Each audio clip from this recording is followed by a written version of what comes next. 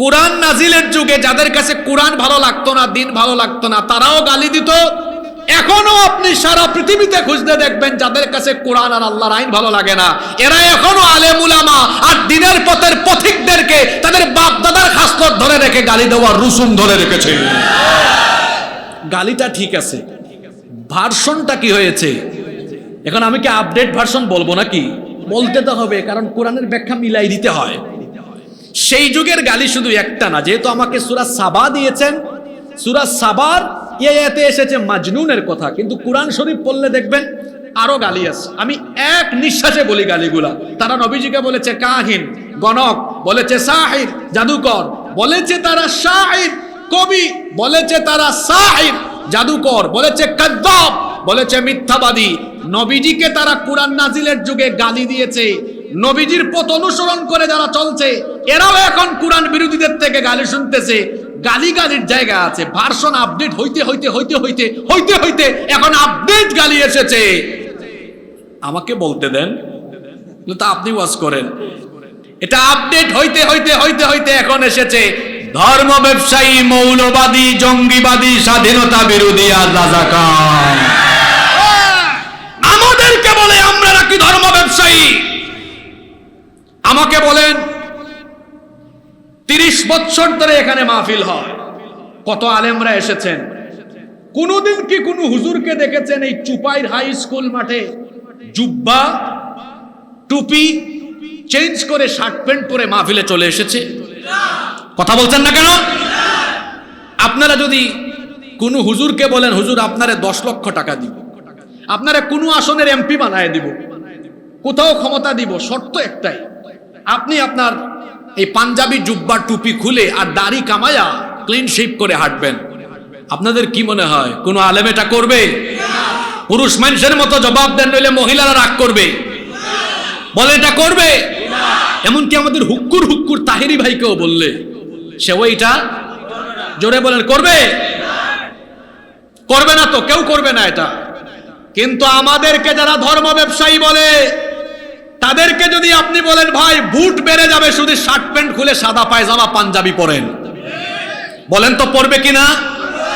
হ্যাঁ, ওদেরকে তো আমরা চিনি। ওরা ভূত আসলে পায়জামা পাঞ্জাবি লাগায়, টুপি মাথার থেকে ঘুমের টাইমেও খুলে না। এখন আবার আমার ওয়াজ কেউ টেনে যেন তার নিজের গায়ের উপরে না নেয়। আমি কি কারো নাম বলেছি? এটাই সমস্যা যে আমি কারো নাম বলি না। অনেক হুজুর নাম বলে আর আমি কারো নাম বলি না। এখন আপনি যদি আপনার গায়ে টেনে নেন তা আমরা কি করব? আপনি নিজের গায়ে নিজে টেনে নেন কেন? ঠিক না বে ঠিক? মাথার থেকে ঘুমের টাইমেও টুপি খুলে না। আবার এমনও হয় নামাজ 5 ওয়াক্তের জায়গায় কখনো 7 ওয়াক্ত হয়। আপনারা মনের কথা এটা বুঝেন নাই। মাঝে মাঝে দেখবেন আপনারা। আচ্ছা বলেন তো দেখি, আগে গ্রামের মসজিদে এশার নামাজ আগে হয় না বাজারের মসজিদে আগে হয়? কথা বুঝেন নাই? এক ক্যান্ডিডেট আসছে গ্রামে গণসংযোগ করতে, এশার নামাজের আজান হয়েছে, ঢুকছে মসজিদে। আমার দেশে ভোট আসলে কিন্তু নামাজি বাড়ে, নামাজ পড়েছে। তারপরে গিয়েছে বাজারে, গিয়ে দেখে ওখানে এখনো একামত হয়। একামত হচ্ছে দেখে তার সাঙ্গপাঙ্গ বলতেছে লিডার এখানে তো একামত হইতেছে। চুপ, নামাজে ঢুক। বলতেছে একটু আগে না আদায় করলাম। একদম চুপ, এখন ইলেকশনের টাইম, যতবার সুযোগ পারবি ততবার নামাজ পড়বি। কি মনে হয় কথাগুলো মিথ্যা নাকি? আমাদেরকে বলে আমরা নাকি ধর্ম ব্যবসায়ী। আমরা তো কখনো আমাদের সুরত পাল্টাই না, বরং যারা ভোটের আশায়, ক্ষমতার আশায় শার্ট প্যান্ট ছেড়ে পাঞ্জাবি পড়তে পারে, মাজারে গিয়ে মাথায় হিজাব পড়তে পারে, যারা ভোটের আশায় নামাজি হতে পারে, এরাই হলো প্রকৃত ধর্ম ব্যবসায়ী। আলেমরা ধর্ম ব্যবসায়ী নয়।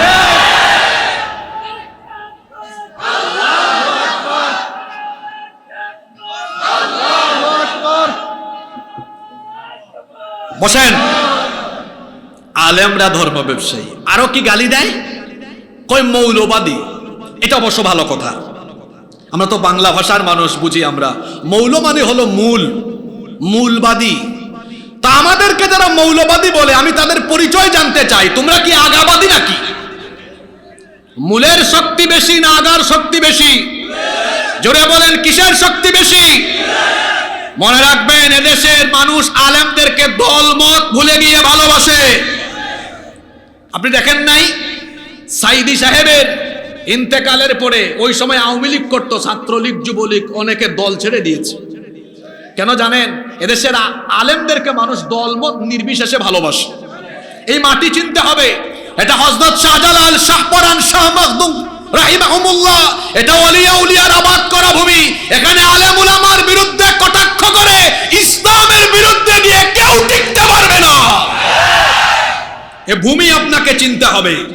এটা আলেমদের মেহনতে আবাদ করা জমিন। কষ্ট হচ্ছে নাকি আপনাদের? আরো কি গালি দেয়? কয় জঙ্গিবাদী। ইসলামের সাথে কি জঙ্গিবাদের কোনো সম্পর্ক আছে? আরো গালি আছে। ওটা তো এই ভাই আগেই বলে ফেলছে। অনেকে হুজুর দেখলেই মনে করে কি রাজাকার, হুজুর দেখলেই কি মনে করে? আরে আমাকে বলেছে রাজাকার। 2023 সালে চুয়াডাঙ্গায় মাহফিলে গেলাম, ওসি সাহেব ফোন করে বলে আপনি আসবেন না। কেন? আপনার বিরুদ্ধে গুরুতর অভিযোগ আছে। আচ্ছা, হাওয়াও বদলে গেছে এখন। আগে আমাদেরকে পুলিশ এসে মাহফিলে বাধা দিত, এখন প্রোটেকশন দিয়ে নিয়ে যায়। যাই হোক, বললাম কেন আসবো না? কয় গুরুতর অভিযোগ। কি অভিযোগ আছে বলেন তো? কয় আপনি রাজাকার। আমি বললাম আপনি কি কোনোদিন আমাকে দেখেছেন? কয় না, দেখি না। আমি বললাম না দেখে বুঝলেন কেমনে? আপনি কি জানেন 90-এর দশকে আমার জন্ম, তো 90-এর দশকে জন্ম নিয়ে 71-এ যার জন্মই নাই সে রাজাকার হয় কিভাবে? বলেন তো, এরকম আছে না নাই? আল্লাহ তাআলা বলছেন, কোরআন নাজিলের আগ পর্যন্ত নবীজিকে সবাই সর্বোত্তম বলেছে। কোরআন নাজিল হওয়ার পরে নবীজিকে পাগল বলা শুরু হয়েছে, জাদুকর, মিথ্যাবাদী বলা শুরু হয়েছে। কোরআন নাজিলের যুগেই কোরআন বিরোধীরা কোরআন ওয়ালাদেরকে গালি দিত। এখনো যাদের কাছে কোরআনের